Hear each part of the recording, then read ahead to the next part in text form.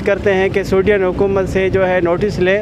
वज़ीर ख़ारजा बिलावल भुट्टो ज़रदारी को हम बोलते हैं कि सऊदीयन हुकूमत जो है उनसे बात करें और उनको बताएं कि हमारे जो कुरान पाक की बेहुरमती हुई है उस मुल्क में, जो भी इसमें मुलविस हैं उनको सख्त सज़ा दी जाए। हम मुसलमानों के साथ ये क्या किया जा रहा है, हमारे जज्बात के साथ खेला जा रहा है। और हम हुकूमत पाकिस्तान से गुजारिश करते हैं कि आप क्यों खामोश बैठे हो अभी तक, जब पूरे वर्ल्ड, पूरी दुनिया में जितने मुसलमान हैं उन्होंने एक्शन लिया है और आप भी एक्शन लें। ख़ास तौर पे हम बिलावल भुट्टो ज़रदारी को बोलेंगे क्योंकि वो वज़ीर ख़ारजा है, आप उनसे बात कर सकते हैं। और हम सख्त मज़म्मत करते हैं। धरती धनी तहरीक पार्टी ने पूरे सिंध में एहतजाज किया हुआ है इस तरीके से, जैसे कि चेयरमैन साहब हैं हमारे, उनको भी प्रेशर किया जा रहा है कि आप ना बात करें, क्योंकि हर हक़ पे हम बात करते हैं धरती धनी तहरीक वाले।